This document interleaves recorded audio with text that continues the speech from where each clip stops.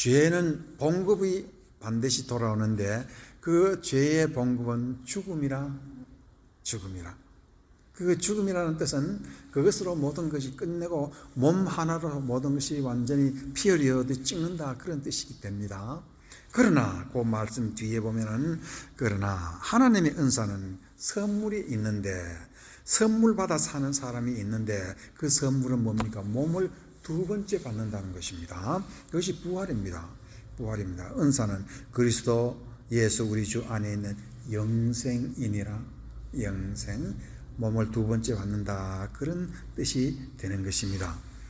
이제 불교에서는 무서운 것을 속임수로 가르치는 것이 뭐냐면, 인간의 죄는 네가 갚아라.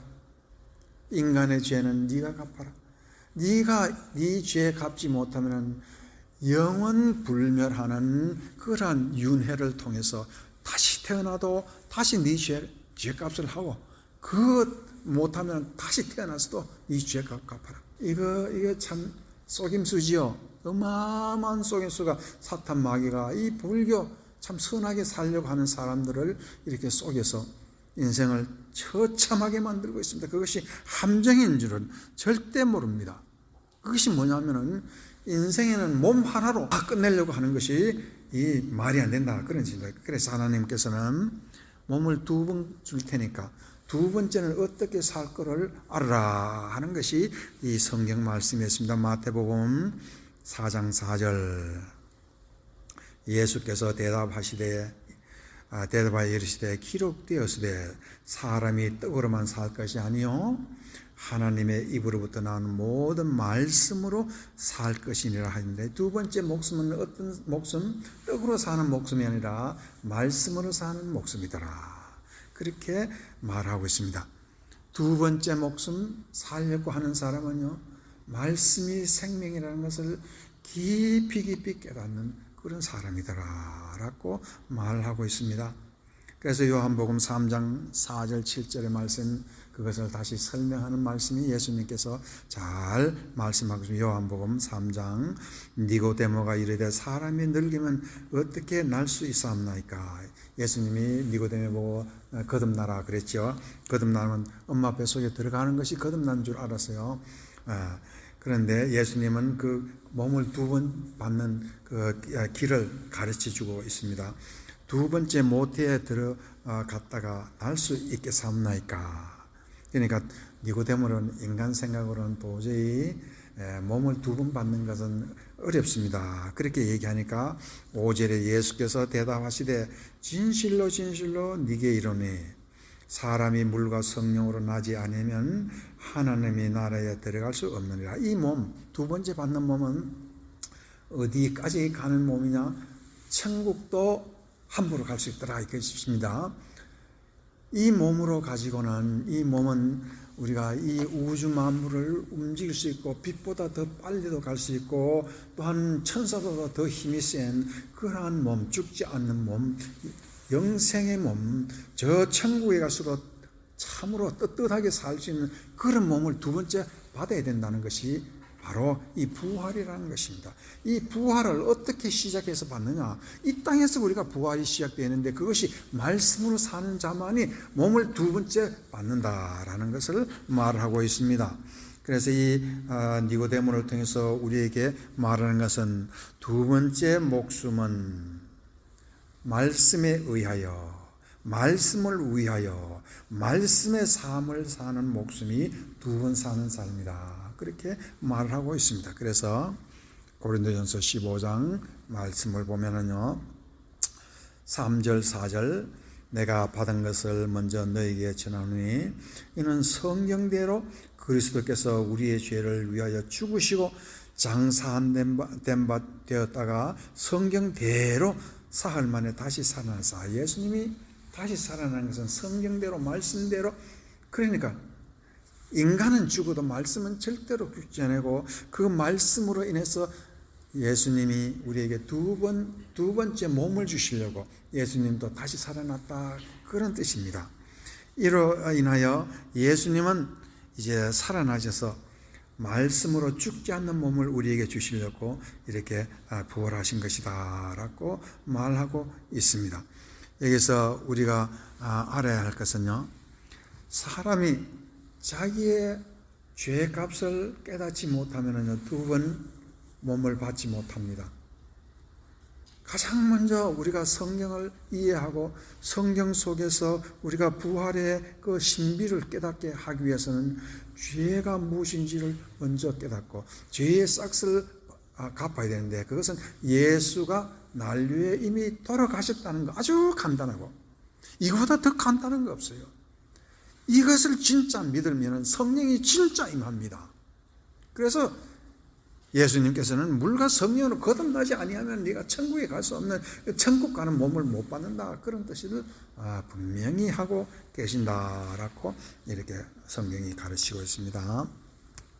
그러면은 우리가 또 한 가지 이제 다시 살아야 하리라는 말이 무슨 뜻인지 또 한번 봅시다.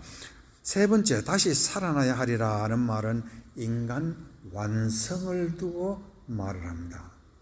우리가 두 번째 몸을 받을 때 인간이 완성됩니다.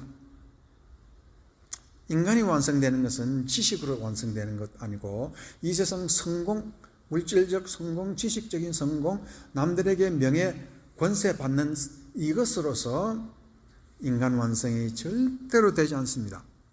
인간 완성을 어디로 되느냐?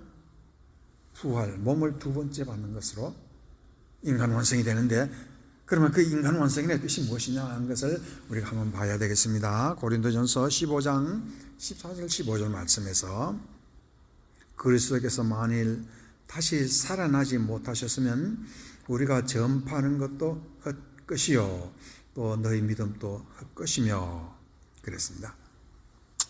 부활이 없으면 믿음 다 헛것이라는 것입니다. 우리가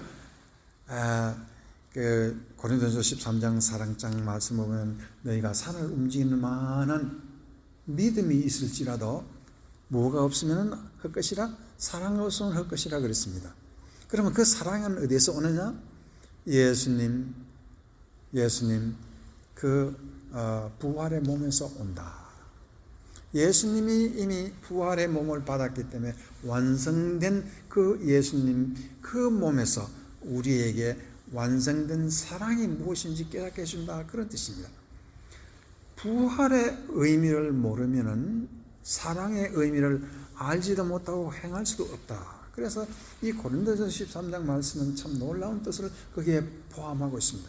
믿음이 아무리 위대하고 믿음이 아무리 놀라워도 그 믿음은 아직 갈 곳이 있더라. 완성된 것이 믿음이 아니라는 것입니다. 부활이라는 것입니다. 부활. 그래서 바울사도가 이 부활을 통해서 크게 깨달은 것이 참 많습니다. 고린도후서 12장 8절 10절 말씀에 보면은 이것이 내게서 떠나가게 하기 위하여, 이것이라는 것은 자기는 아마 보통 우리 신학자들이 얘기하는 것은 눈병이라고 그렇게 말하는데 구체적인 것은 밝히지 않아서 우리가 정확하게는 몰라요.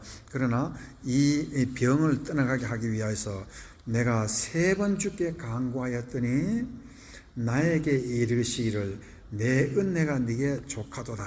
이 은혜가 네게 족하도다 하는 말이 뭐냐면은 이 은혜가 말씀의 은혜입니다. 말씀의 은혜입니다. 이 말씀 속에는 뭐가 있다고요? 십자가와 부활이 있더라는 것입니다. 이 십자가의 뜻을 깨닫고 부활의 뜻을 깨달으면 사람이 완성된다, 그런 뜻입니다. 사람의 완성은 이 뜻을 깨닫지 못하면 사람이 온전하지 못하다, 그런 뜻이 되겠지요.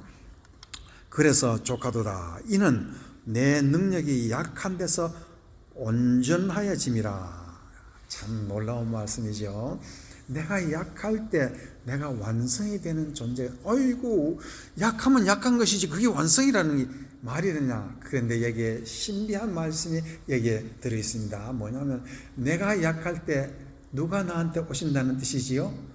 예수님이 말씀으로 내한테 임하신다는 뜻입니다. 말씀이 내한테 임하시니까 내가 완전한 존재가 된다. 완전성이 무엇인지를 이 예수님을 통해서 우리가 깨닫게 되는 것이 언제? 약할 때, 부족할 때, 슬플 때, 아플 때, 절망스러울 때, 이 세상에서 갈 곳 없이 완전히 막힌 지옥 같은 이 세상, 여기에서 우리가 예수님의 이름을 부를 때, 주님의 이름을 부를 때 예수님 찾아주셔서 우리를 구원하시되 완전한 그런 존재가 되도록 해주신다라는 뜻이 됩니다. 하신지라 온전하여짐이라 하신지라. 그러므로 도리어 크게 기뻐함으로 나의 여러 약한 것들에 대하여 자랑한다 그랬습니다. 그러니까 약한 것이 자랑거리가 된다는 것, 여기서 야고보서가 약한 자는 낮은 자는 높은 것을 자랑하라 그 말하고 일치되는 거지요. 여기서 성경 말씀은 서로가 이렇게 다 핏줄이 통하는 것처럼 말씀이 이렇게 핏줄이 통하는 것을 우리가 알 수가 있습니다. 그래서 바울이 이와 같이 약한 것을 기뻐하고 내 부족한 것을 남한테 숨기려고 수치로 감추지 아니하고 오히려 하나님 앞에 감사드리는 것, 이것이 온전한 삶이라 그런 뜻이겠죠. 내 능력이 약한 데서 온전해짐이라. 참 놀라운 말씀입니다. 그러므로 도리어 크게 기뻐함으로. 기뻐할 것이 뭐냐? 바로 약한 것들에게 자랑하고 그리스도의 능력이 내게 머물게 한다 그랬습니다. 이게 무슨 말이냐? 가장 서러울 때 예수님이 내게 오셔서 나를 온전케 하신다, 그런 뜻입니다. 이것이 부활의 원리입니다. 부활의 원리는 바로 인간 완성의 목적이 있습니다. 이제 시간이 많이 갔기 때문에 벌써 말씀에 종결을 내기 위해서 마지막 말씀 하나를 더 드리겠습니다. 사도행전 16장 말씀, 거기 보면은 실라와 바울이 빌립보 감옥에 갇혔습니다. 그때 얘기입니다. 이러한 명령을 받아 그들을 깊은 옥에 가두고 그 발을 착고에 든든히 채웠더니 한밤중에 바울과 실라가 기도하고 하나님을 찬양하며 죄수들이 듣더라.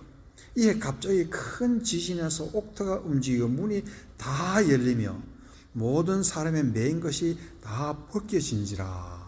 이 말은 뭐냐면 지금 바울과 실라가 감옥에 갇혔지만 무엇은 갇히지 않았어요? 하나님의 말씀은 갇히지 않았다는 것을 하나님이 증명하고 계시는 겁니다. 그래서 옥토가 완전히 지진에 흔들어서 문을 다 열어버렸습니다. 그러니 어떠한 일이 일어났습니까? 21절 간수가 자다가 깨어 옥문들이 열린 것을 보고 죄수들이 도망한 줄 생각하고 칼을 삐어 자결하라 하거늘. 여기서 두 인생의 아주 극단적인 비유가 거기에 나타나는데, 감옥에 갇힌 죄수가 몸이 된 바울과 실라는 오히려 찬성하고 기뻐하고 자기의 연약을 하나님 앞에 감사드렸는데, 이 로마 장수, 이 참 능력 많고 자랑 많이 하는 로마 장수는 자살하려고 합니다. 인생의 두 차이가 얼마나, 지옥과 천국의 차이가 여기 나타나고 있습니다. 왜 이랬습니까? 이것은 인간의 완성과 미완성의 차이를 극단적으로 드러내고 있다는 것을 우리가 알 수 있습니다. 이와 같이 우리의 이 완성과 미완성의 차이는 어디에 있느냐?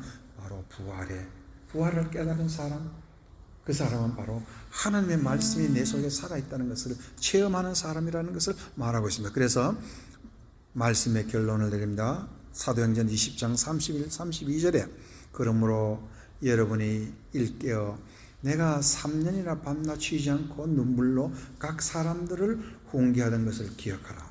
지금 내가 여러분을 주와 및 그 은혜의 말씀에 부탁하노니, 은혜의 말씀에 부탁한다 그랬어요.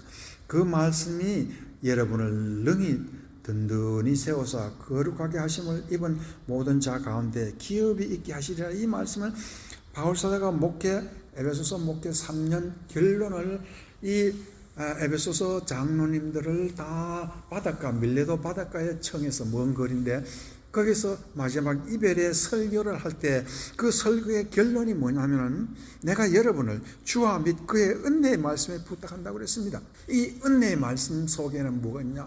부활과 십자가의 말씀이 그게 주춧돌이 되어 있다는 것입니다. 그래서 오늘 제 말씀의 결론도, 여러분이 이제 2023년을 살고 앞날을 살 때, 앞날은 어디에 여러분이 의지해서 살겠습니까?